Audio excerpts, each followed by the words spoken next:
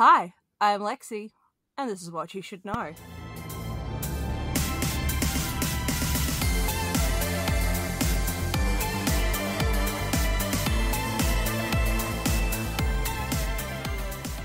So, today I have the lovely Ness from the Let's Talk Shit podcast with me today. Hi. Very exciting, very exciting. I have to say, I actually really do love your podcast. It is such a light-hearted giggle. Well, thank you. I really did want to just bring out a little bit of fun in my day when I was recording, and I've had to stop for a little bit because of I started a new job and I've moved industries into this really deep-seated government issue. And I mean, let's go straight into it. It's all domestic awareness and domestic and family violence awareness. So coming into the light and hearted, I'm I really would have liked someone to be able to bounce off. So I love sitting down with other podcasters and having these interviews because it really does spark all that little chitter chatter and that real liveliness that comes out of the podcast. So yeah, this is a great opportunity to get back on the board. Oh yeah, definitely. And I mean, as someone who obviously runs a true crime podcast here, it is so important for the domestic violence issue to really be brought to light. Oh, for sure. The statistics that are coming out this year, I mean, we're both from Australia. The Australian statistics in particular are insane, and no one's really talking about them in the full capacity that other issues are being spoken about, which, I mean, they all deserve the same amount of airtime, which is so frustrating because, I mean, the statistic is that one woman every week for the remainder of this year will be killed by a partner. And we've hit 51 deaths in 52 weeks. And it's just yeah, it's a bit too many deaths if you ask me. I mean, it truly is, and we can avoid all of this. Oh, definitely. I remember back in March seeing one of the statistics come out showing that by the 13th of March, we had 9 domestic violence murders. Yeah, and that was just this year alone, on top of everything else that we've had to deal with as a country, as a nation, as just people. On top of that, we still have to deal with this just nuanced issue of domestic and family violence. Oh yeah, definitely. It's absolutely heartbreaking as well, because the way the violence does tend to come out is a lot of people don't tend to understand how it creeps out, because it's not, you meet the person, they're like, hi, I love you, and then punch you in the face. It doesn't work that way. Exactly. It's so much more methodical, and there's a lot more there's just so many parts to it. And exactly, no one understands that it's not just someone throwing a punch randomly out of the blue. You do see the signs of people, and because you love them, you don't want to see those signs, or they're littered in other types of nuances. Oh, he's having a bad day. Oh, those type of relationship nuances. Oh yeah, and the version of it where they then turn it around and blame you. Oh, I wouldn't have done that if you had just done the dishes. Exactly. And I think, I mean, the fine line between being a serial killer and that domestic violence approach to these conversations and all of that, it is very methodical, and it is very there's a pattern in everything, and it's cyclical, and if we're catching on to it a lot sooner, we're able to prevent all of these deaths, and we're able to teach a lot more just awareness around it. Definitely. And one of the big things that does come down to it, and I'm not gonna lie, it is a very, very hard space to move into. Which is, if you have come from a violent relationship, whether that domestic violence comes in the form of physical, emotional, spiritual, financial, the list just goes on. I honestly do harp on about it a lot in my episodes, if I'm honest. Yeah, and as you should, it's part and parcel with the conversation that you have. Exactly. But the part that's hard for it is people who come out of it need to unlearn what they've learned during that, because they will learn to make excuses. They will learn, oh, maybe it was just a bad day. Maybe they didn't get enough sleep. And they will still fall for those tricks that they use, because he obviously didn't. Well, he or she, let's not be gender biased here. Of course, there really is. There's a lot of that. There is a lot of that, unfortunately, and it really does come out in a lot of the other cases as well. Like the widow of Walker, which I did an episode on. She was... Ooh, yes. something else entirely. My goodness. Poor Matthew Dunbar, may he rest in peace. Oh, sure, that was a terrible case. And a great episode, but a terrible case. Oh, definitely. The problem becomes, she's not outwardly violent. No. She wasn't. She was very manipulative. She was financially abusive as well, so she would find ways to talk someone into doing something that she wanted. And unfortunately, Matthew Dunbar didn't have the history in relationships to be able to see these red flags. I mean, if you come from abusive relationships and you actually take the time to heal, maybe go to therapy. I suggest everyone goes to therapy regardless of their background, to be honest. It's my number one rule of life. Just go talk to someone for an hour. Just where does your deep-seated anger come from? Why do you need to, put your clothes on the line in a certain way? There are answers for everything. Exactly. Please go talk to somebody. I mean, I come down to it. It's like my sign of soul is stay safe and stay hydrated. But in the stay safe umbrella is go to therapy. Oh, for sure. It's just, you don't even have to spell it out. You shouldn't need to spell it out. Oh, God, no. And the good news is therapy, don't get me wrong, it's not as accessible as it should be. Well, not traditional therapy. No. However, there are plenty of helplines out there. I know back in 2019, I utilized the grief helpline consistently. Oh, wow. So if you've lost someone, or if you're even just going through a really bad breakup and you're not coping with that, you can call them and they will talk you through the grief. That's amazing. Is that a 24-hour hotline as well? It's not 24 hours. It's open from like midday to 3 a.m. That sounds perfect timing, though. Exactly. I mean, if you're going through the throes of grief, you're not going to be up at 7 o'clock in the morning. God, no. Like, no way. Everyone's been through some level of grief. At that point, 7 o'clock in the morning, you're still sleeping. It's bedtime. Yeah, very much bedtime. There's that. There's also the Beyond Blue. Not only do they have a helpline, they actually have a chat room.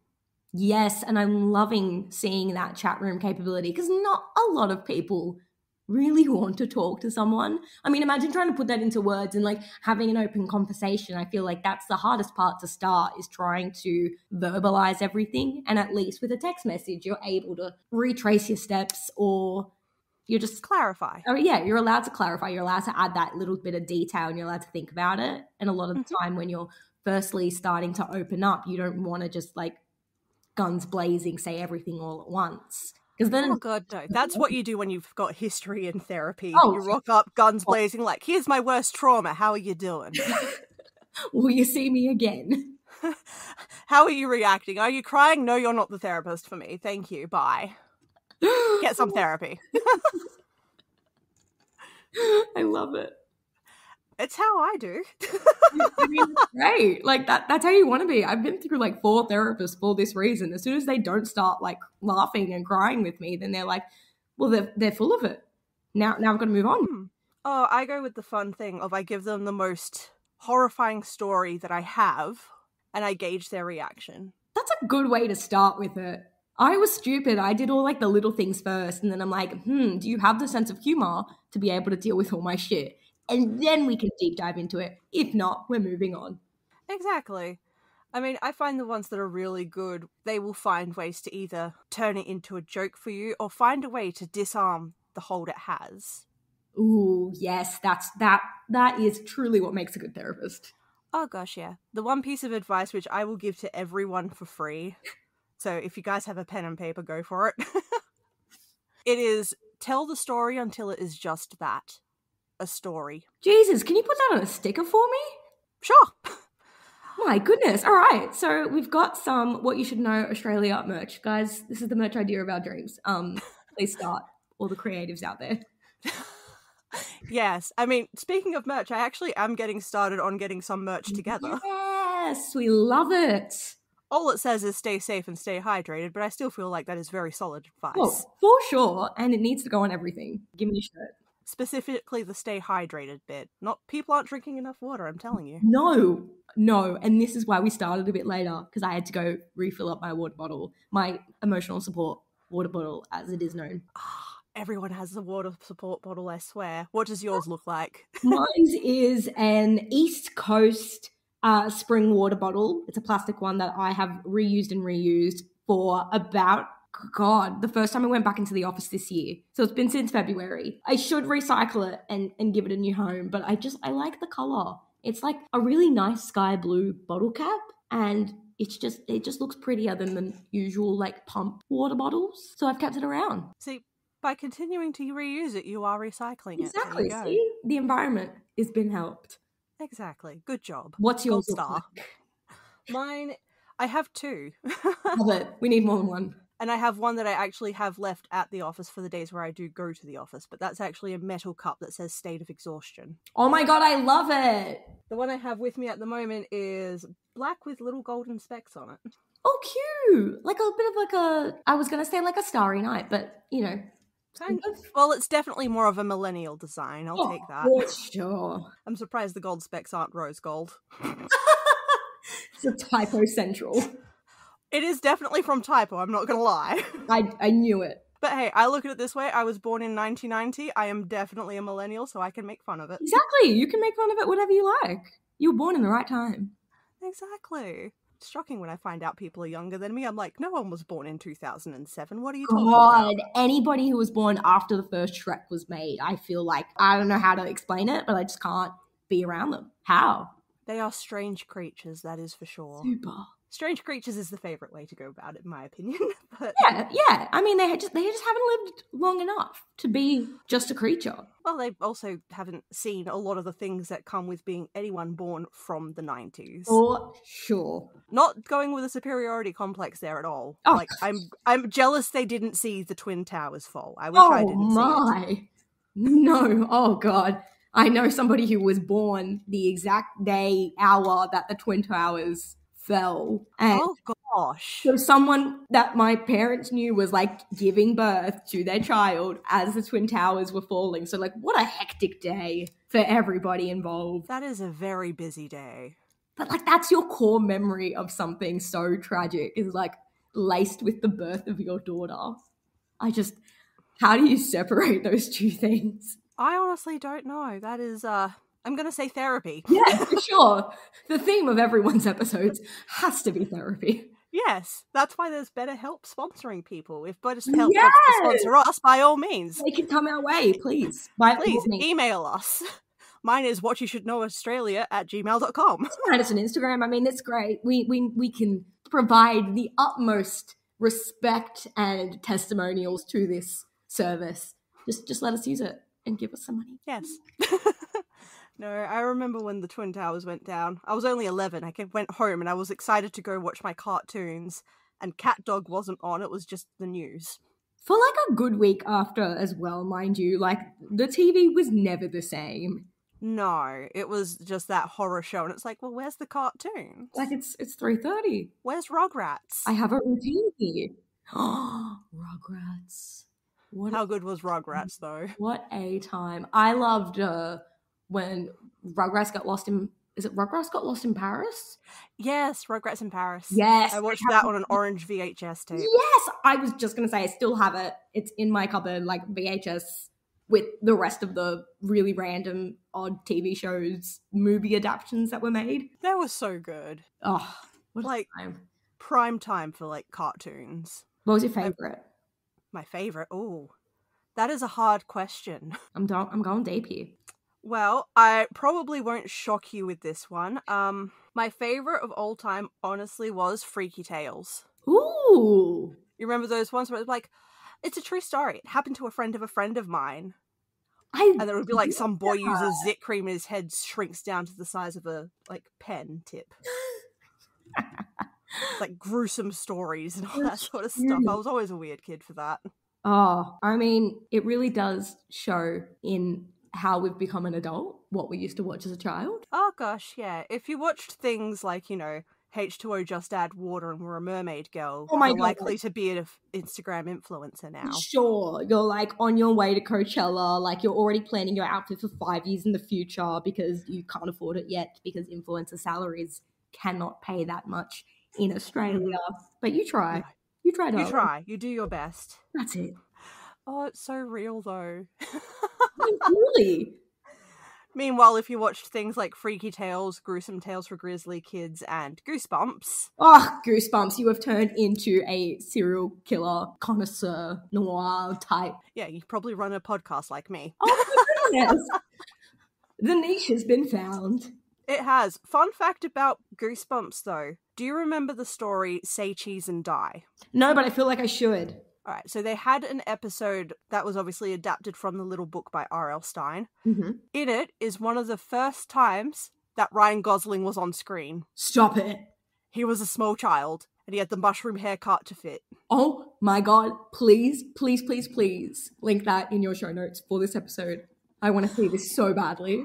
I will find it. I'll also post it because everyone needs to see this. It's not necessarily Australian-based, but I can guarantee you there were so many kids that tuned in to watch it that they would be dying to know who he was. Well, it could be soon Australian-based because apparently he's moving to Sydney for a little bit. So, like... Well, there you go. We're now claiming him. Ryan Gosling is Australian. Done. I can get on board with that. You should get some pins made up for it. I definitely will. Let's do some... Ryan Gosling's face on the Australian flag. Let's go. Just a reincarnation of Ryan Gosling's face into a cartoon. Oh my god, I would definitely buy one. That's hilarious. A shirt, mugs, I mean, all the paraphernalia that you can think of. Oh yeah, you definitely got to do it. Definitely got to do it. It's, all right. It's too fun to not. Second half of 2022, watch out, guys. Oh yeah. Coming for you. What were your favourite shows for back in the day? I was very much an ABC kid when I would come home and all those types of shows. God, there was one, it was a cooking show on like a mystery island and these kids would go down slides and it looked like a tropical island, but obviously like it was a stage. I have absolutely no idea what it was called, but I vividly remember like every Monday, Tuesday afternoon at 4:00 watching it and pretending like I could cook and use like my paper-made utensils that I cut up the first half hour beforehand and tried to make it. Super, super random thought, but I did do that a lot. And I think Angela Anaconda was literally my favorite of all time. I loved her. She was so snarky and just sarcastic, but also everybody around her just knew it and like let her be. And that's the entire premise of the show, and I can get behind that. Just how much she hated Nanette Memoir. Oh my god. And what a name, Nanette Memoir. Like, the guy... Such a snooty name. And like, whoever made that name, like, props to you. Like, it has scarred me from any Nanette that I've ever come into contact with. Which is not true, hopefully, because everyone stopped naming their child Nanette after this show. But man, that's a scarring name. Oh yeah, no, there were some crazy characters on there. I was like, oh my gosh. and just the art style. Exactly, the art style. And they would make it into like a little book and they would sell it and they would be like, I was their prime target. I'm like this little, I want to cut everything out and it looks like a collage. A mache collage, and I'm like, this is my vibe. All right, I just looked it up. The other show you were on about was called Planet Cook. That's it! Because I remembered exactly what you were talking about, but the name was escaping me. The dude had a creepy moustache. Yes! He was a weird host, and I'm sure there's some felonies against him now. I would not be shocked. Absolutely. Like, if we looked him up and they're like, yeah, he's not allowed within 5 feet of a school, I would be like, yeah, of course. Fair enough, yep. As if you couldn't tell. By the mustache. Like, come on. Oh, wow. Oh, there are some creepy ones out there. Ugh. I don't even want to think about, like, what we considered normal as a child when it came to, like, hosts or just pop culture moments or just celebrities in general. Well, I've got one name for you that will really underline that point alone because it only came out within this century. Oh, Rolf Harris. Oh, God. The things he did to 15-year-old girls. That is enough to make anybody sick. Ooh. Hey, look, if I really wanted to make people sick, I would bring up Lost Prophets singer Ian Watkins. But he's Welsh and thankfully on the other side of the planet. It's very niche and I love it. Oh, he, do you know what happened with that at all? What? No, and I don't know that I want to, but now you have to spill it. Alright, so, bit of pretext and context as to why I know so much about this. I was a teenager during the dawn of the emo. Amazing. That's so I need. So I was an emo, more punk goth than emo, but definitely in that realm. I was an alt kid, which means a lot of people did not like me. But that was okay. I don't care. And that's it. That's what you were trained for this life. Oh yeah. Look, you go through some rough stuff as a kid, you get to being an adult and you're like, I've practiced this already. You just kind of shrug it off. Water off a duck's back. But no, there was a band called Lost Prophets, and as a teenager, I absolutely loved them. Like, their music was super inspirational to me. They were, like, punk. And the lead singer, I thought he was just it in a bit. And, like, he was, like, a full emo type. And I was like, yes. You're mine. Little did I know I'd probably be way too old for him, even when I was a teenager. Like, I look back now on my admiration for him, and I'm like, I just need, like, a still scour and some bleach because I need to go take a shower. Clean all of this energy off. Yeah, look, it's... No, not to laugh, because what he did was absolutely dreadful. So he went on a website called Vampire Freaks, which was kind of like the gothic MySpace of the day. Yeah. I had one. I still cringe. And it's okay. It is okay. It's character. Everyone has one of those. It's horrifying. But he would use that to contact some of his fans. And with these fans, he would find one, like, he would target mothers specifically. God. And one of them, he pretty much convinced her to bring her child to him, and they went to a hotel where he then did horrible, unspeakable things to that child. Oh. It was caught on camera. How have I not heard of this? If you do a quick Google, it will show up. He has 35 years in prison. Oh, God. And when asked, like, he was caught on camera, so he has very distinctive tattoos. Right. So he couldn't deny that it was him. I mean, was he stupid enough to? Like, would he have been stupid enough to go, yeah, that's not me? I wouldn't put it past him. He is definitely crazy enough. During the trial and that, when he eventually pled guilty, he said the reason he did it was for the mega lulz. Stop it. I wish I was joking, but I'm not. Lulz. The mega lulz. Oh, wow, that is disturbing.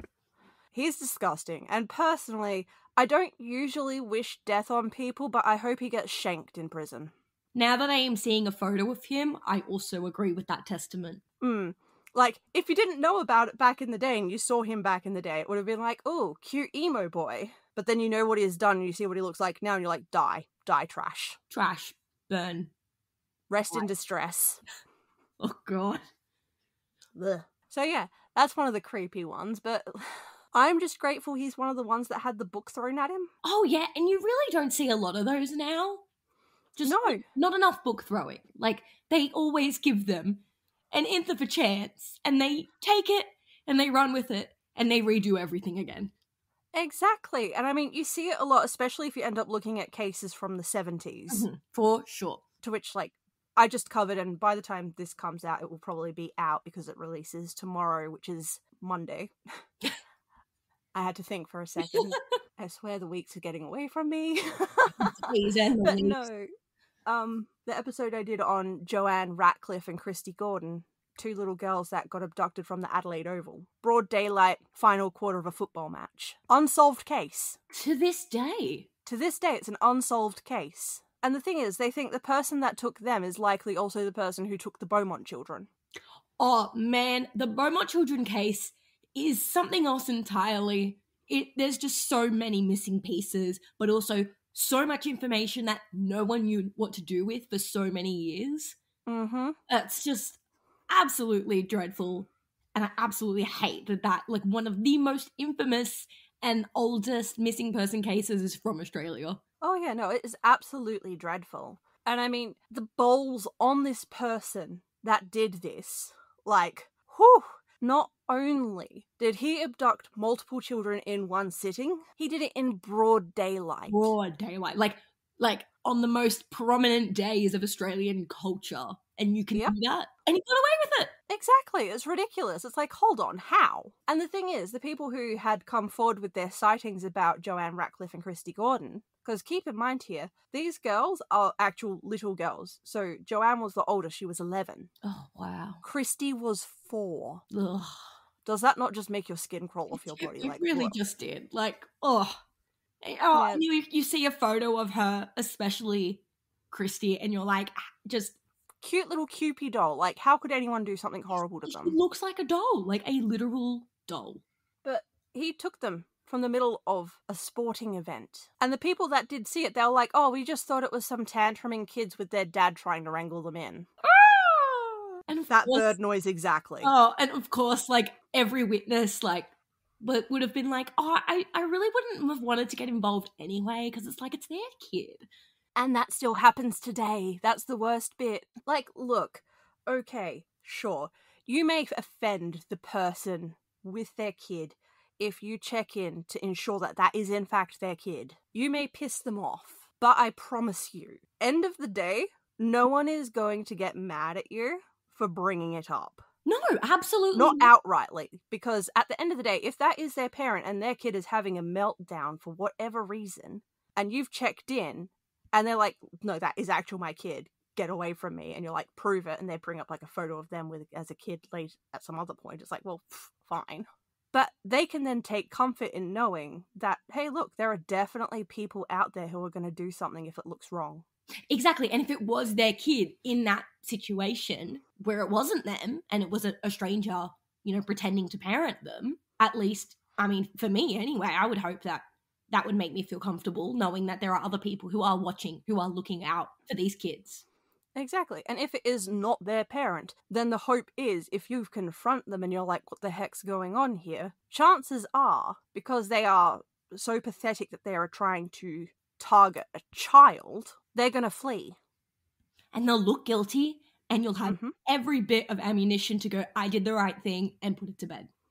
Exactly. And then you can get the kid back to their actual parents or guardians. You can be a hero. Look at you. Exactly. And then you can feel good about yourself. Get yourself a gold star sticker. Gold stars. Gold stars all round. For those who do the right thing only. No. None for Ian Watkins. No, absolutely none. None for Rachel Berry. I feel like that was just needed to be also addressed. No Rachel Berries are allowed gold stars anymore. Definitely not. Ugh. Yeah, no, there are definitely some heinous people out there, and I bequeath them a boot to the head. A lovely way to put it as well. I feel it's nice and it's elegant, and you don't know whether or not I'm wearing the boot or if I'm throwing it. You could be both. You could be... It could be both. It could be a gutter stomp. It depends on the person. You could immortalize the thing that you need to destroy this person. Yes. We're getting metaphysical here, and I need it, and I love it, because there are so many terrible people in this world. Yeah. Oh gosh, yeah. Look, that's exactly why I decided to do true crime as a podcast subject. Because while I look through these cases, like, it's an easy rabbit hole to fall down. Oh, absolutely. Like, it's so easy. You start it, and you're like, what's this? And you go in with one theory, and by the end of it, you kind of feel like a crazy tin hat person.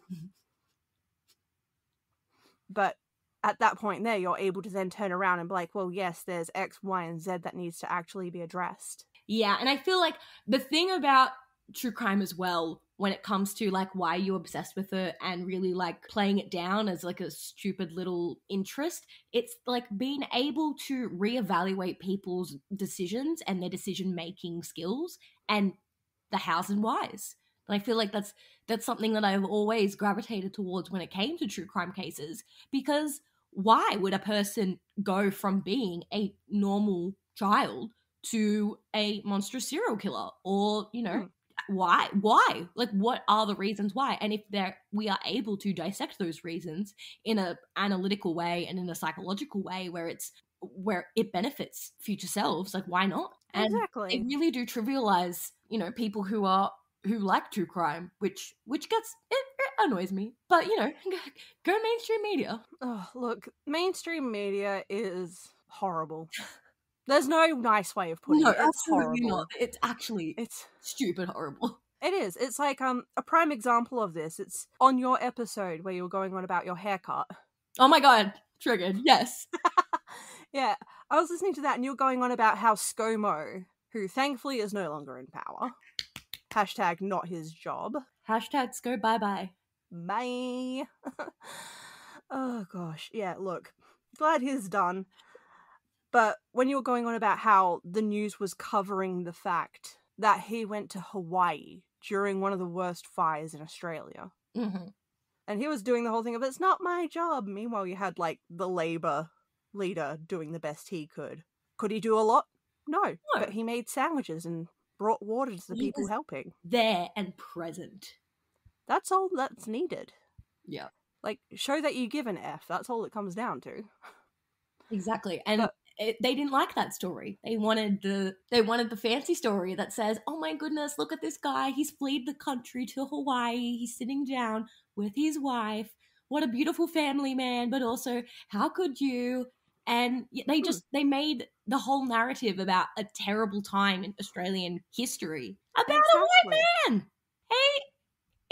An unintelligent, random white man. And that's great. Like, every history book is going to have a picture of ScoMo in Hawaii now. Oh, yeah. And it's tragic, because around that time frame, as you said in that episode, there was the murder of that girl that was found in a bathtub of acid.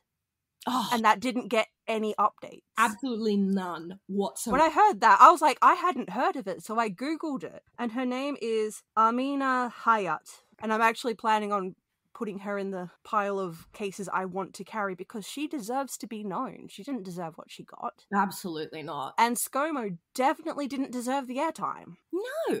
Especially, like, she was a 19-year-old, and, like, it was... murdered by her husband. Exactly. And it's just, how? Like, it absolutely pains me. It was such a terrible way to die as well. And she got no... I don't even know what the word is. It's not like no closure. It's she didn't get any. I can't even find the word for it, because it's so upsetting. Justice. Justice. That's it. She got no justice. No one like heard her story and was like, this is a victim of X, Y, and Z that we don't want to talk about. It's so taboo in our culture, but she is the result of it, and she is the result of like layers of it as well. And it's just so sad and disappointing. Absolutely made me cry. Worse than the haircut, which, damn, if you heard that episode, I was a literal mess when it came. The bright side is your hair was able to grow back at least. It was, and this person is not able to come back from the dead and slap that man in the face. No, exactly. And this is, again, it brings the whole thing back to full circle of domestic violence. For sure. It is a horrifying plague on our society. It really is. The sheer amount where I go through things and you're just like, what the heck? Like, you've heard of the case of the Mornington Monster, yes? Yes. Yeah. Limp Dick McGee, as I like to call him, because I'm not going to give him a cool name. He doesn't deserve it. Limp Dick McGee, who got angry because his firstborn daughter had hip dysplasia, and then his wife got pregnant without his permission. Because that's totally 100% her fault, right? Oh, 100%. She asked for that. Didn't you know? So his reaction to dealing with that was shooting them in the head with a, fishing spear gun. Oh, that was... The detail in how he went about that was messy. And I remember when the Chris Watts case finally came to light in all its entirety, it was, this is Australia's Chris Watts. Because he was just so methodical about it. And that he kept his daughter around for like 2 days after the fact. Like, he killed his wife, kept the daughter around, and then brutally murdered, like, an innocent child. How like, imagine a father being like that and just, it makes me absolutely sick. Oh, yeah. I mean, comes down to that, but then there's all the people out there that have, abandoned dads, where they can sit there and go, well, comparatively, Father of the Year. Right? You trash over there, just don't kill me, please, and thank you. Yeah, I mean, great. You've ticked all the boxes of being an unpresent father. Exactly. I would rather that over Limp Dick McGee. Yeah. The good news is, in regards to that case, aside from the fact that he's actually in prison, rotting away as we speak. Flesh gone. Which makes me so happy. Very much. Is his wife and daughter managed to get completely divorced from him post-death. So on his daughter's birth certificate, father is listed as unknown, and his wife, who he murdered, has her maiden name on her headstone. Yes, and any mention of the husband and father was removed from both their headstones, which is great. Exactly. Because, they don't deserve to be associated in that way in their final resting place with a monster. Exactly. So he has been expunged from their lives, which is perfect. It doesn't bring them back. It doesn't do the justice that it needs. But it's better than nothing. Yeah. And it's better than someone standing there harping on about, but Limp Dick McGee was a great guy. No, he wasn't. He was a psychopath. He also molested his younger cousin. Oof. Ugh. Yeah, that one made my skin crawl when I was doing the research on it. I was like, man. Yeah. Emotional support water bottle to the rescue. Oh, just hold that thing for dear life. Mm-hmm. There's plenty of them like that out there. And I mean, you were saying before, what makes these people like that? There's two versions of it. They're either made or they're born. That whole nature versus nurture argument, for sure. Yep. And the ones that are born that way, it's like Martin Bryant. Oh. Wow. He had so much given to him. And people can argue that he's disabled. But the fact remains, you can ask anyone with that kind of disability whether or not it is okay to murder people, and I can guarantee you they're going to tell you that's wrong. Exactly. And that case in particular, that was exactly how I found you. I was so invested in the Martin Bryant case, surrounding a lot of the, I guess, the reports around this whole gun violence situation that sits in the United States, and especially after this whole Texas massacre. Having the Martin Bryant case be like so pivotal in Australia's history of removing guns and removing the license to obtain guns, how freely and how, you know, constitutionally correct they can get these guns in America. It was such a pivotal moment in understanding that, yes, every disabled and non-disabled person, yes, can have those same rights. They are allowed to do exactly the same thing, but they also have, in some way, the mental capacity to know what is right, what is wrong. And that's, I mean, so upsetting to see so many people who can get licenses for guns in 3 hours and then turn around and shoot like 20 people and then blame the system, but not blame themselves. Like, just, Oh, yeah. And the thing is, it's like, with that, like, they have this misconception that Australia has banned guns outrightly. Exactly. We haven't. No. There are guns in Australia. In fact, there's probably more guns in Australia than there are people. It's just we have strict rules around how you obtain them. Exactly. Like, if you are a police officer and you have a firearm, you are licensed for that. You've already gone through all your testing to make sure you're not a crazy person. Mm-hmm. But when you finish your shift and you clock off, you leave your firearm at the station in its designated space, stored appropriately. So you're not allowed to take your work gun home. And we can have semi-automatic weapons for those who are part of shooting clubs who have a disability. So if, say, you've got someone who wants to do clay target shooting, but they've only got one arm. Yeah. That's what the semi-automatic is for. Funds. But you cannot... There's, again, ways that it has to be stored. There's ways you have to go about getting it. There is a lot of information. In my show notes, I'll link a video of this guy from Queensland who explained it in depth because it was quite interesting. Because there's a lot of information surrounding it, but it all makes logical sense. Mm. Because I don't like the idea of, I don't know, buying a Hello Kitty AK-47 for my 10-year-old niece. Somehow I think that's a terrible idea. Imagine that. I mean, not the fact that it's Hello Kitty, but maybe like a 10-year-old niece should not be holding a gun? No. Specifically not one that powerful? Especially that powerful. And they're just so readily available. They are. And the thing is, like, when I posted that double-parter episode on the Port Arthur massacre, I had, and I was expecting it, but I was so shocked by it. I had an American tinfoil hat wearer come for me.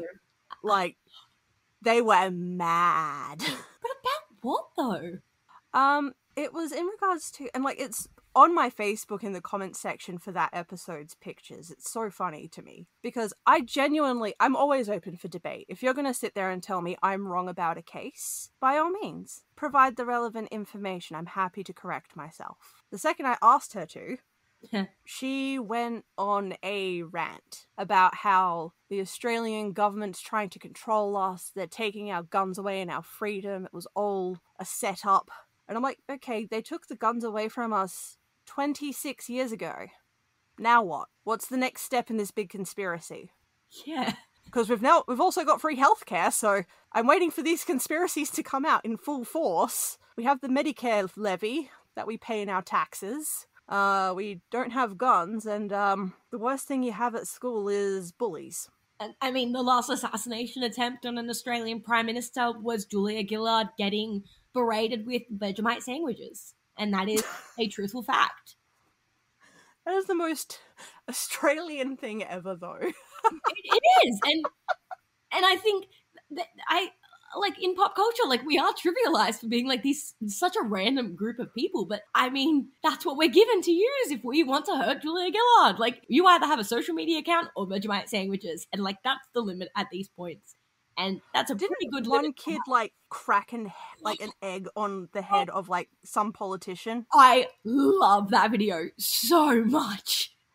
Like, that is hilarious. It's beautiful. Like, that's how we are defeating, I don't even know what word to use, but that's how we are fixing. That's how we defeat our tyrants. That is exactly how we defeat our tyrants, with eggs and Vegemite sandwiches and all processable foods. Oh my gosh, that is hilarious. I mean, it's truly the Australian way, though. We make fun of our politicians. Don't get me wrong, there is a chunk of truth that comes in with it as well. We're not sitting there just being horrible. Sometimes we are, I won't lie. No, but it's funny. It escalates from a place of truth.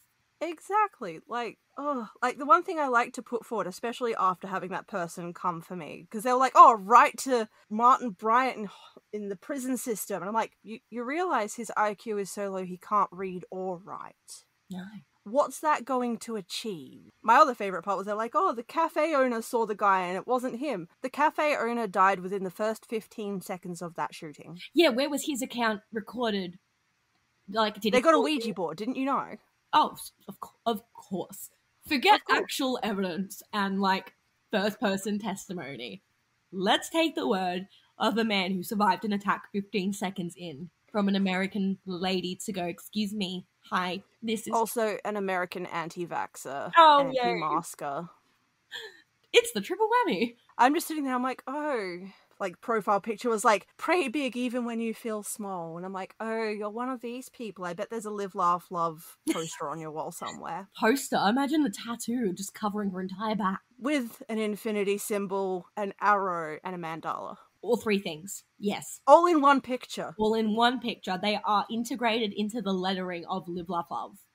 If someone could draw that up for me, I would be forever grateful. That would be lovely. I will make it my banner picture. Please on all social media. I need this. It's just a perfect representation of that specific type of person that we all know who we're talking about, and we all know at least one person who has this entire vibe just blatantly sitting there. It's the version of that I like to refer to properly as toxic positivity. Positive vibes only. Okay, but you can't use your elbows. You can only talk in riddles. Everything has to rhyme. It is truly a sing-song from the insides of hell. It is. Look, I'm all for positive vibes, but if someone's feeling something, let them feel. Let them feel. If it is a shit day, you cannot change that with, like, a sing-song positive affirmation. It does not happen this way. Exactly. And people aren't a fucking Etch-a-Sketch. You can't have one bad thing happen and then shake it off for the rest of the day. You could have multiple things happening at once. You could have a hellish day. Like, I had one on the Tuesday. That was fun. Threw my back out and I got weirdly stalked by some guy in his car. It was creepy. Oh, what a combo. Oh, yeah. And then when at work, because, fun fact, I work for a bank in the hardship department. Ooh. I had a lot of people screaming that day. Oh, that's lovely. Isn't that a fun day? So, all of those, I went home and I cried, but I can't Etch-a-Sketch that shit. No. It doesn't work. But the best part about that is that you went through all of that on a Tuesday, and we're sitting here recording on a Sunday, so that means by the Wednesday, you got up, you go, this is a new day, but not positively like, it's going to be the best day ever, I'm going to win a lotto ticket. We just get on with the days. Exactly. In the words of, I can't remember the artist, but there's a song called Lakeshore Drive. Old song. I love the piano in it. Ooh. But one of the lyrics in it is, tomorrow is another day. Perfect. There's two ways you can look at that statement. You can either be miserable about it or just be like, you know what? It is what it is. Tomorrow is another day. Oh my God. I just saw a shameless podcast like meme gallery, and it was therapy $0, no, therapy $90, and it is what it is over every conversation $0, and that's how you fix a person. Like, absolutely, just give me that. Yes. Oh yeah, look, it is a great mentality to have. It's also a little bit dangerous, but it's good. it's a good start. Yeah, look, I'm not one for self-help books for the most part, but there was one I did read called The Subtle Art of Not Giving a Fuck. Yes. I do like that book, and I do suggest it because it really does kind of put things in perspective of the sense of, is it something you can fix? Is it your problem? No. Then why do you care? Which then also circles back to going to therapy. Exactly. I mean, that is the premise. It should be the premise of every self-help book. Chapter 1, therapy. Chapter 2, then you can continue reading. Yes, look, I mean, to be honest, therapy is not for everyone. I'll definitely give it that. There are people who are not ready. No, that is a great point. But also the traditional type of therapy that's thrown in everyone's faces isn't for everyone either, which is totally understandable. But there are many different versions of that. But yes, it's not as accessible as we'd love it to be. Oh god, no. I mean, even if you're lucky, well, I say lucky enough. Definitely not lucky enough if you're having to deal with Centrelink. Oh. But if you are dealing with Centrelink, you can get it for free. Yes. However, the second you are out of Centrelink, and if you're earning enough to not be bothered by them at all, to which, let's be honest, it's not a huge gap there. No. Like, minimum wage job on full-time hours, good luck. Fly! You're on your own. That's so true. Take your $20 an hour and soar. Oh, wait. It is jumping to the 21.7 cents, so... Well, that's a good start. I mean, I remember at one point, minimum wage, especially when I was working at that point, was like $6. Holy crap! That's when I was working, mind you, I was a teenager, so that's a whole other thing there. But I was working at, like, Hungry Jack's. I lasted 4 months. That's too long.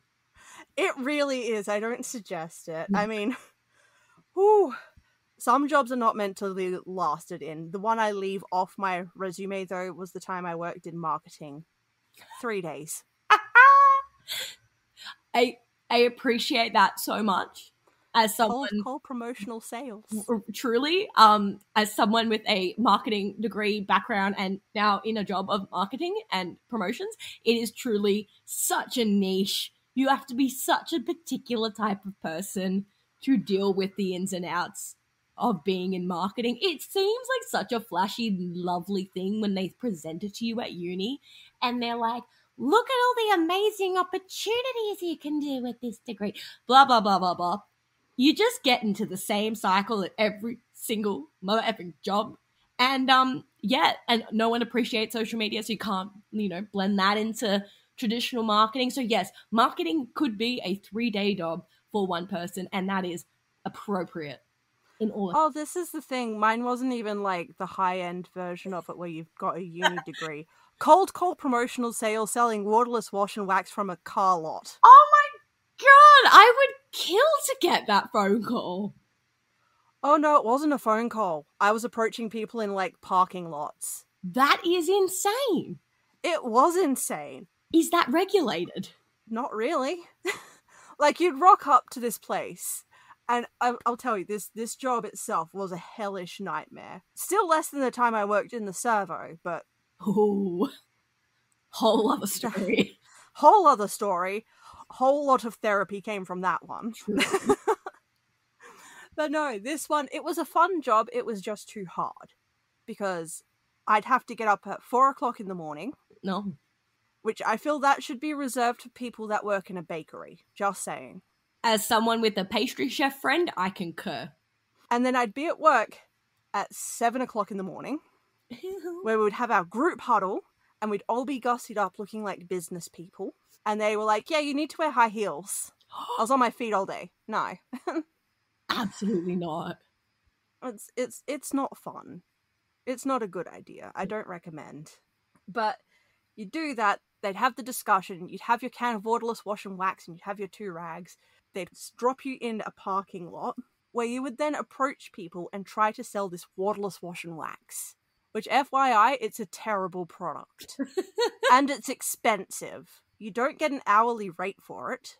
You get $5 per can that you sell. Per can. Oh, God. On my best day, I made $50. That was a 14-hour day. Oh, God. During that time frame, I had multiple people try to hit me. I got called a drongo to go back to school. I got called a dropkick, and I even had one guy try to abduct me. Oh, and that wasn't your spawn of, I want to get into true crime? That didn't start it. That wasn't triggering enough. I am impressed. Look, my whole life story could be compressed and then sold as a thriller novel some days, I swear. You know what? If you get yours done, we can do a, volume 2, just podcasters who have very, very, very weird lives and meddle that into like a lovely short HBO series. Heck yeah, I could turn it into a podcast. Yeah. Secondary podcast. Weird shit that happens.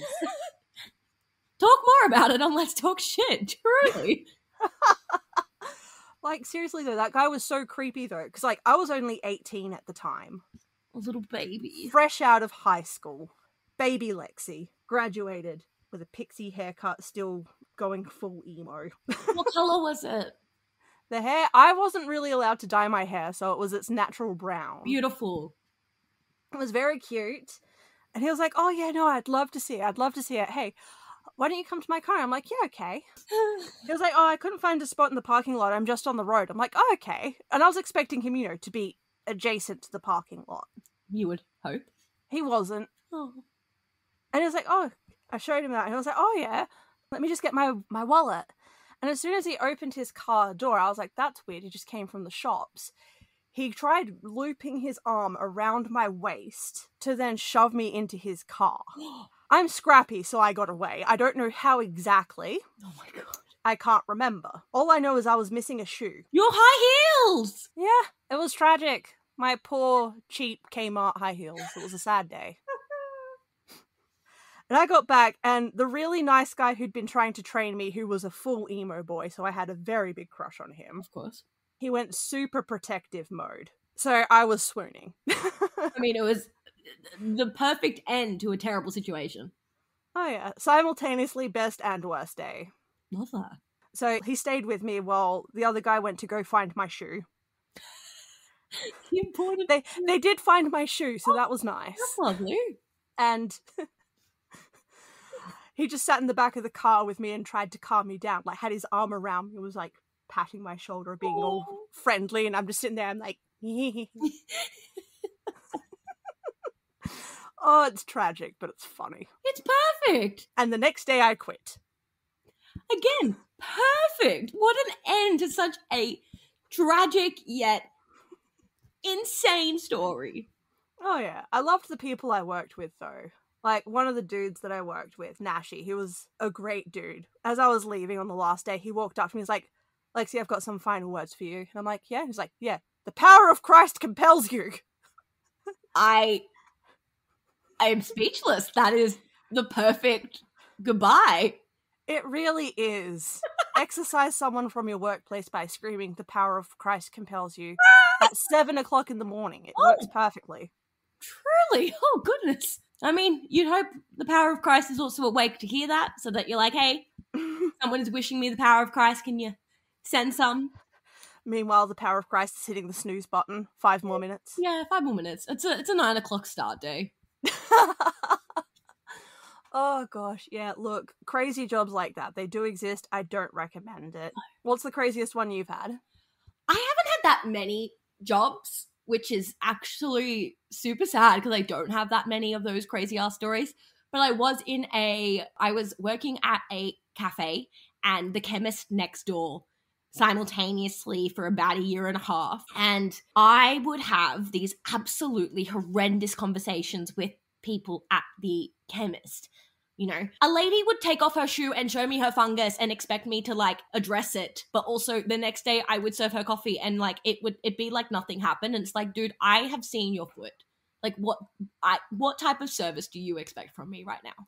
I don't need foot fetish. Oh goodness, it was absolutely. I am yuck. I am scarred. My boss was like, "Are you sure you don't want to become a full-time pharmacist?" And I'm like, "Have you seen their feet? No, not in this area. God no." But I just had a lot of that. I had a lot of crossover with like these people's health issues, and then serving them tons and tons of caffeine and food that they should not be ingesting, and just knowing that I was there sometimes made them accountable and sometimes just did nothing, which was just it just hurt my soul. Like all this lovely medication, and you're throwing it down those pipes and shoving some carbohydrates and sugar on top and making sure that it's a lovely bow at the end of the day. But yeah, I just had a lot of that. And because we were in such a weird, it's like on a corner. So you could just sort of see everyone coming from every which direction, like whether or not they were going to come into the chemist, whether or not they were going to come into the cafe. And there were times during like a cafe shift, I would run to the chemist because there was nobody there. Or my bosses loved each other so much that they would just go to the back of both their businesses and just huddle and laugh for 4 hours, and they'd be just missing in action. So there would be no one at the door or no one serving people. And we'd be like, where the hell are our bosses? And classic management. They loved each other so much, they would just sit in the back and talk or have a drink. Mind you, it's 10 o'clock in the morning. Like, do they need to have a drink? No. Should they? Absolutely not. Their managers, their bosses, clearly no, but that did not stop them whatsoever. And it was just very, just everyone knew too much about each other. And I absolutely like wanted to cry every time I went to work because I'm like, what will I uncover about people that I should not know today? Yeah. So that was my. It does make you wonder how many bodies in basements they'd have. I'm truly shocked there wasn't any bodies under both our like places of employment, and I'm sure I could have contributed to that. Like, I'm 100% okay to say I could have killed so many of those people because they were terrible people. But I've been too obvious about how little I like people, so it would be like I would be the main suspect for sure, but also everyone would be like, are you sure like Ness didn't do it? Like, I mean, it's pretty obvious. Yeah, so I've had to ease back on my hatred of those people, but we could be resurfacing that again. I mean, depends on how much I have to deal with them. Oh yeah, no, I hear you there. So that was 5 years of my life of a crossover. Oh gosh, 5 years, that is way too long. Really long. That's a very long time. Yeah. Don't recommend that either. So either stay in a job, don't stay in a job for 3 days, or don't stay in a job for 5 years. Just do somewhere in between. A few months here, a year there, max, then leave. You did. Yeah. Or find a niche that you're comfortable in and just sort of settle in like that. It's good. Beautiful. Or do what everyone wishes and win the lotto and never have to work a day in your life. Or become a content creator and work every second of your life. Every second of your day. It's so fun. Oh, the sheer amount of stuff I know about random people. Right? It does border on creepy stalkerish until I'm like, no, I'm a content creator. Yeah, this is my job.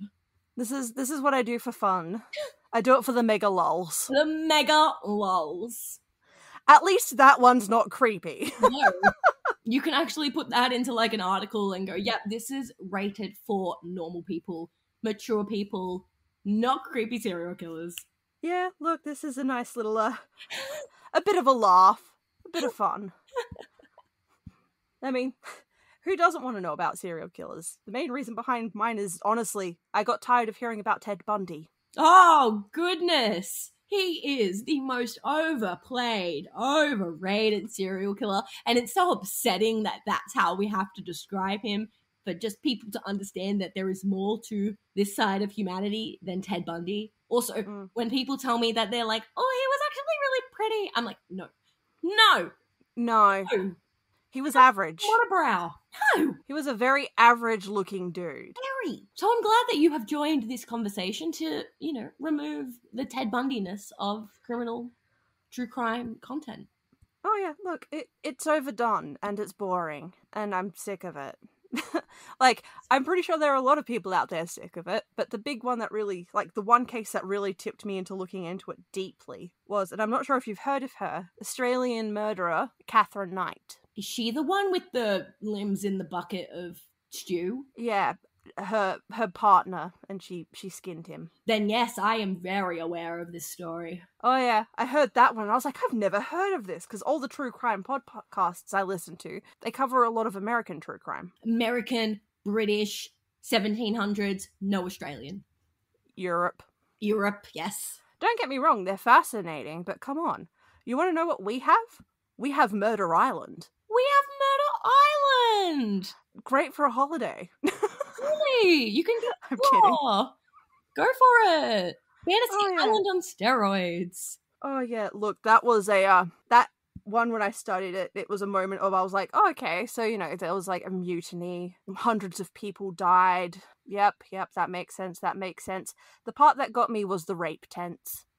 Ooh, truly. Okay, yeah, I was like, oh, yuck. Just yuck? Just terrible. Yuck. I have a very I'm not overly reactive anymore. I'm just like, oh, charming. That's great. Oh, God. Why is that a thing? why was that mentioned? Like, why is this a part of the story? Like, oh no, it was interesting to have part of the story because it was like, okay, that's something that he did, and it kind of really highlights how gruesome the whole situation itself was. I still want to cry. Oh, yeah, look, it's one of the episodes where I'm just like, yeah, trigger warning, just in case. There was plenty of trigger warnings through the one I did for Eurydice Dixon, and I definitely got on my soapbox about that one. Ooh, yes. I agree 100% across the board. Like, not a good time. No. Not a good time. And the fact is, it's like such recent history that they still have like their Facebooks up. That is so, what's the word? Just like unsettling. Yes, unsettling to see that stuff exists. Like it should, like, in essence, you'd think that it's like you're so far removed from it that you could not in any way connect the dots that way. But we live in this such weird day and age where you can Google a serial killer's Facebook page. Oh yeah, no, it does exist that way too, and it's really, really unsettling in that sense because, like, even with this like situation with Matthew Dunbar, so the widow of Walker, you can look them up on Facebook. And they're there. They are there. Their Facebooks are not private. Does someone not go into them after the fact and go, hey, let's, I don't know, for the sake of sanity, remove them? You would think so, but no. I mean, one that's really horrifying as well is there's a case at the moment going on in South Australia. I've been lightly following it just so I can get the updates, but I don't want to know too much just yet because, again, it's one that really does make your skin crawl clean off. And that is, there is a serial pedophile who was pretty much gunning to infect as many children as possible with HIV. Ugh. Which is, God, like, gross. Yep, the insides are just... Yeah, it's a bit gross, just saying. Just But his Facebook is still active and open. Oh my God. And the thing that comes down to this, and it's really weird to me, because it also kind of comes to this weird space of misguided anger that people have. Because you have people on there in mob mentality getting angry at him, which, yes, be angry at him. What he is doing is disgusting and someone needs to throw the book at him. But they're also getting angry at his mother and grandmother. Oh, see, that's where we should, as humans, know where to draw the line. We just don't. They're trying to say, oh, but how didn't they know? Sometimes you just don't. Exactly. I mean, my favourite, and it's the only way I can really put this forward here, and it's my favourite way of doing so, it reminds me of a joke. Love it. So you have a reporter out the front of a house, and there's just been a huge bust. A serial killer has been caught and is going into custody. And the reporter's at the front and is talking to the neighbour, and she's like, didn't you know that he was a serial killer? And she points the mic at him, and he's like, yeah, no. He was such a kind, friendly guy, very quiet. Couldn't say the same about his guests, though. They were always screaming.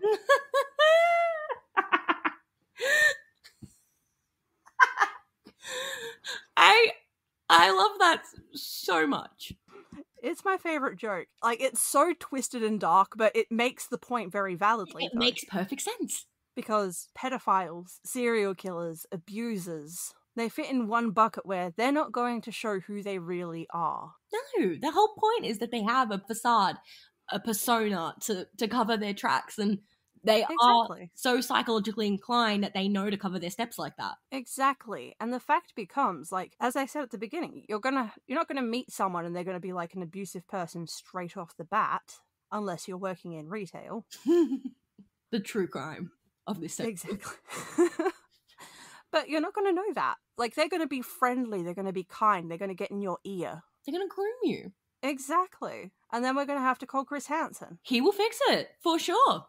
For sure. The question is, do you know who Chris Hansen is? You know what? I've just gone and done a double check, and I remember that he is a very, very easy journalist. Oh, he is To Catch a Predator. Yes. Oh, then yeah. Double play on the word grooming. Yeah. Hey. Oh, God. Yeah. Cool. Get him on the ball. Get him on the blower. Why don't you have a seat over here? Yeah, you should definitely do an entire series just on, oh, no. You know what? He can stay in prison. Are we talking about, wait, which one? Still Chris Hansen. Doing a whole thing on Chris Hansen? He can do a whole thing on himself from prison about how to catch a predator. He's not in prison. He's actually recently released a podcast himself, which I'm actually going to hunt down because I want to listen. Okay, then I am definitely misconstruing this article, but yes, still, go Chris Hansen. Which article? There's I don't have the great sources. I mean, it is from USA Today, but something about turning himself in after a arrest warrant was released for him. I mean, I know he's had arrest warrants for... Oh yeah, Chris Hansen briefly arrested. What was he arrested for? That's now the question.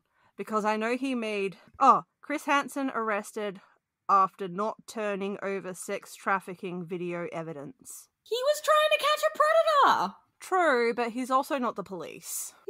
No! So he is done for obstruction of justice. How very fitting and ironic. It is quite ironic. But hey, look, he definitely also went after Onision. Ooh. Do you remember that YouTuber? Yes. Throwback to the 2000s there for everyone. Oh, God, yes. That guy is creepy. Get your PCs out and your fans. Oh. Again, another one that makes my skin crawl off. He was fostering a child, I think. He was either fostering or it was a stepchild, or he'd adopted a child. But there was a child involved and he was being very inappropriate. Oh, Saber. Isn't that fabulous? It truly is. Oh, if it's one thing for true crime, it's great for a diet because it helps you lose your appetite. It really does. You're just like, do I? No, I'll just sit and suffer in silence. Yeah, just me with my support water bottle. Support water bottles, guys. Everybody should get one. Stay hydrated. Keep hydrate or you will dihydrate. Okay, dihydrate. Yes, die. Don't want to dihydrate. No, you don't want to dihydrate. You want to hydrate. Much better. Oh, I'm going a little loopy. Don't mind me. Love it. It's loopy central here. Oh, goodness me. There are some crazy, crazy, scary people out there. Oh. Which is why my list never shrinks, even with releasing weekly episodes. It could not ever. No, at the moment I am down to, I think it's a list of 83 episodes that I could potentially do. Ooh. Oh, right. Okay. Give us a little sneak peek on what is coming. Well, obviously the one that's coming out this coming Monday, so it'll be before this episode drops. Lovely. We've got the Adelaide Oval abduction. The one that will be coming next will be Ivan Milat. Damn, what a deep dive. Yes. That one is a whole moment on itself. Otherwise, the other way I pick it, I'll let you pick one. Pick a number between 1 and 81. 73. 73. All right. We'll be doing one on Mary Ann Bugg. Ooh, fun. So, Mary Ann Bugg is a bushranger, and she is one of two of the most notable female bushrangers in mid-19th century Australia. And if I recall correctly, she is also Aboriginal. Ooh. If I recall correctly. I am double-checking. Yep. No, I am your second source. That is correct. Yes. Oh, I'm excited for this one. So am I. I needed something a little lighter after the ones I've been doing. So I was like, okay, let's have some fun. Let's learn about this fierce, strong woman who was a bushranger and see what mischief she got up to. I'm really glad that was my pick. Me too. I'm very happy with that. It's going to be nice and light after Ivan Milat because that one is dark. Oh, yes. The man wasn't too fond of being nice, that's for sure. Oh, yeah. My favourite thing, which I'm going to see if I can find the post itself on Reddit.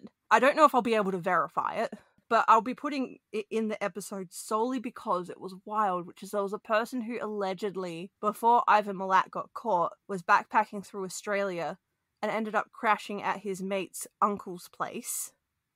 Or cousin, I'm not sure what the relation was. And he had like a cupboard full of camping gear, and it turned out that was Ivan Milat. Oh no. Which means he slept in some dead person's swag. Oh. Again, that would just make you want to like scrape your skin off. Oh, acid, like just bleach everything off me. Oh, acid bath, thank you. Yeah. And just dissolve myself. Yeah. Yeah, look. This is why I sit here and I'm like, I don't like people, I prefer cats. They're much easier to deal with. They are. They really are. They're also quite friendly, depending. Yes. I've had...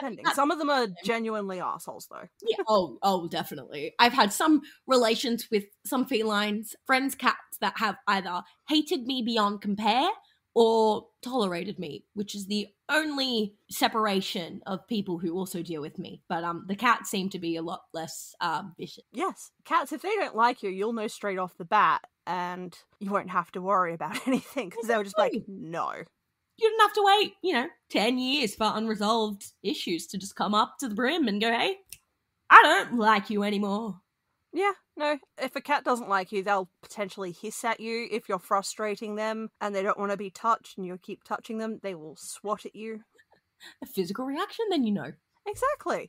And this is the thing. I believe everyone should live in the realm of a cat. Affection on my terms or I make you bleed. Ooh, that's beautiful. Good way to be. Oh, I'm totally using that again. I wish I could take credit for the statement. I saw it probably back in 2006. Yeah, I'll still give you credit. That's totally fair. You deserve the credit. You're still unearthing this. Glorious. We'll see if I can put it on a pin. Oh gosh. Merch for my 60 followers. Yep. Everybody needs it. Exactly. Never know, they might want a pin. I love pins. I know I've got earrings coming out, which are going to be fun. Oh, yay! For the sassy person out there, they are going to be these big dangly earrings that are like coffins, and on one it says stay safe and on the other, stay hydrated. Oh my god, I cannot wait to see these. I am an avid earring wearer, so I will obviously be having one. Glorious! Yeah, no. Again, whole new space for me. I'm like, okay. Because this isn't my first rodeo as a content creator, but it's the longest running. And we must celebrate it. Heck yeah. Earrings for everyone. Everybody. For them. I am a broke podcaster after all. Have you seen content creator salaries? Yes. Well, so far, due to ad revenue on Spreaker, I've made $5. Woo!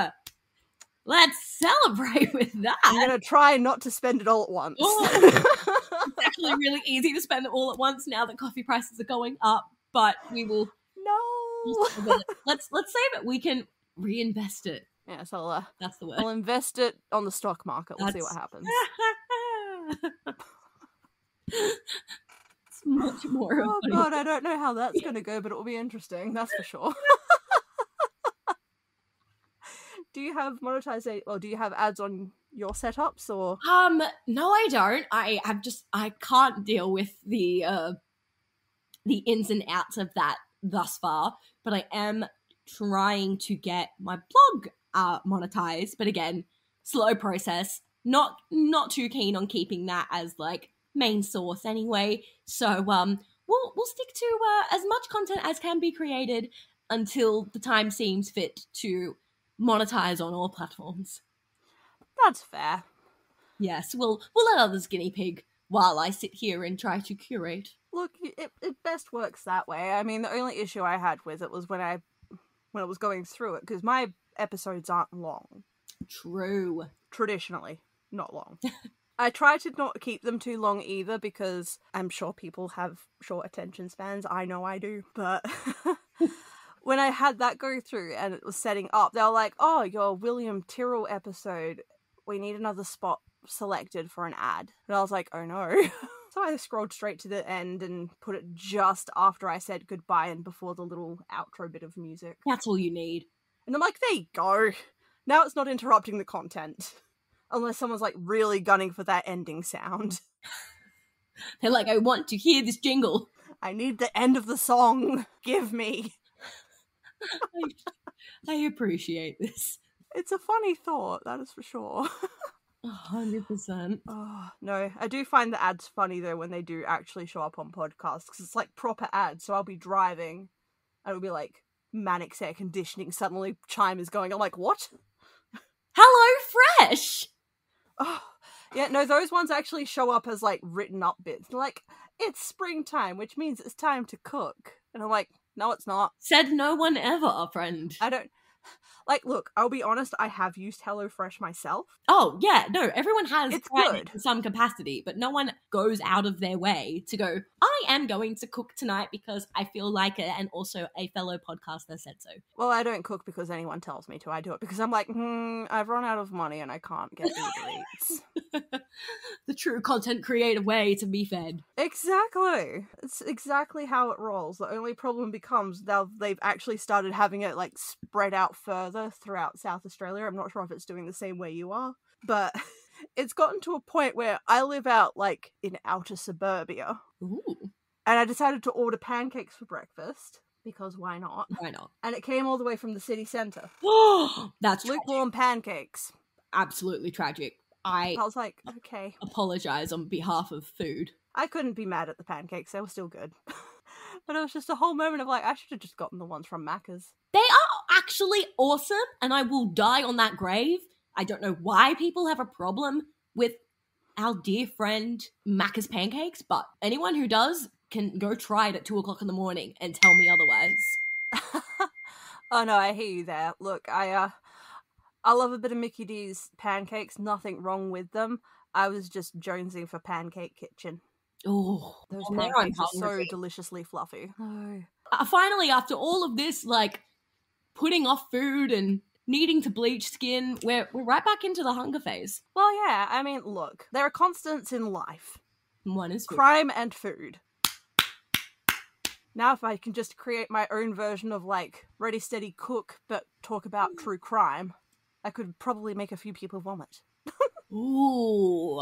Just imagine it, talking about Catherine Knight while chopping up a steak. Channel 7, get ready for our pitch.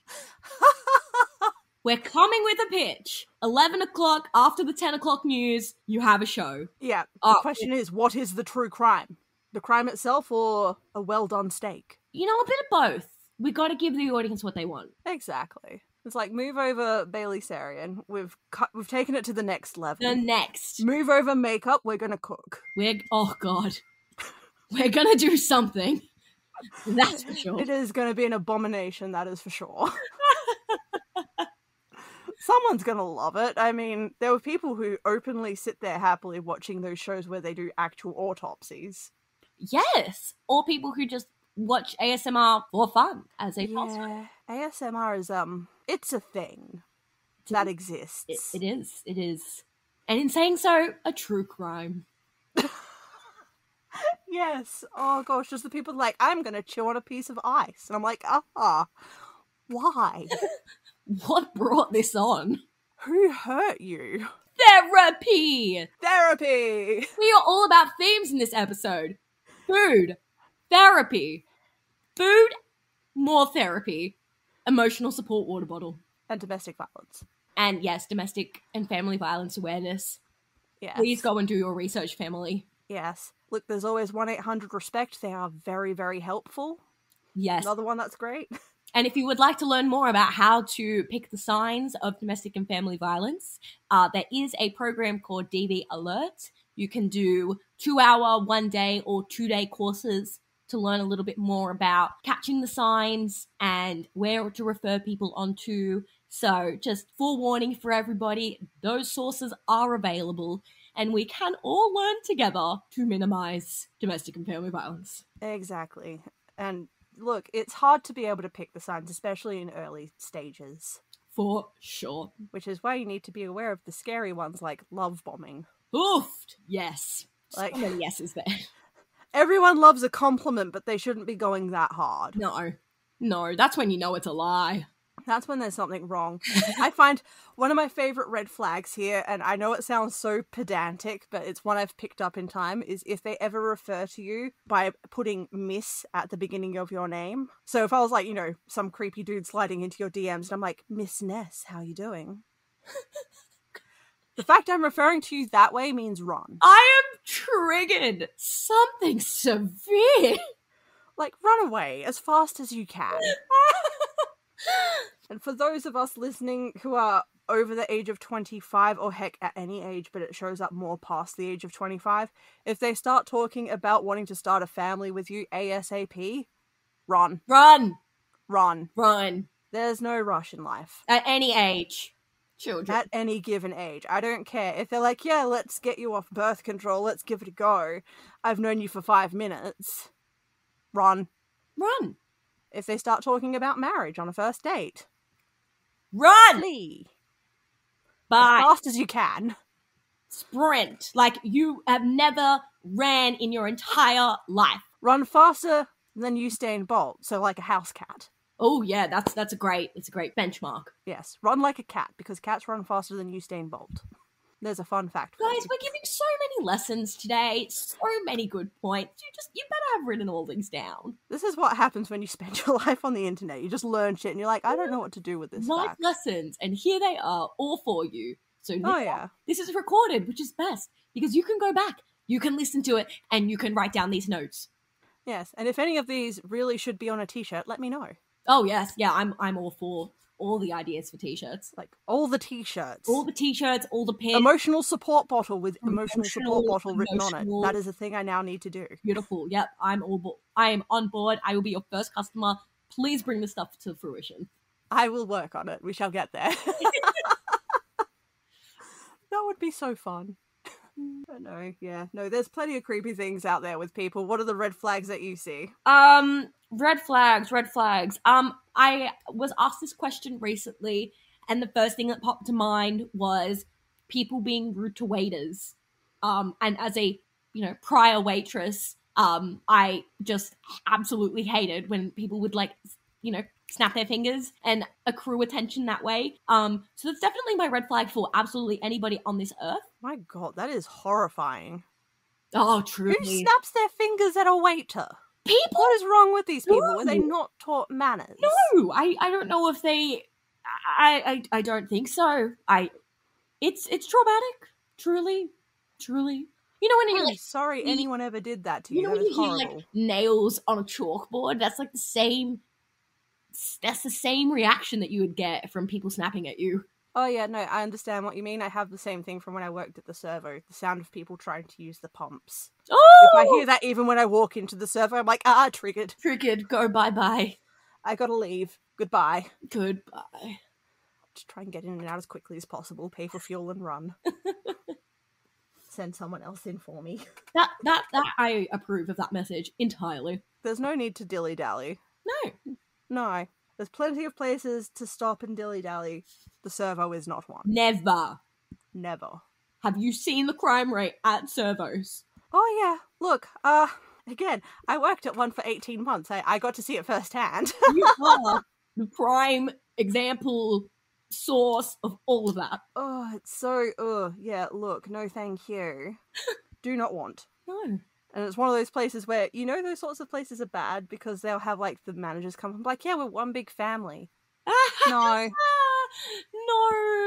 No, you're my co-worker. I don't care. Go away.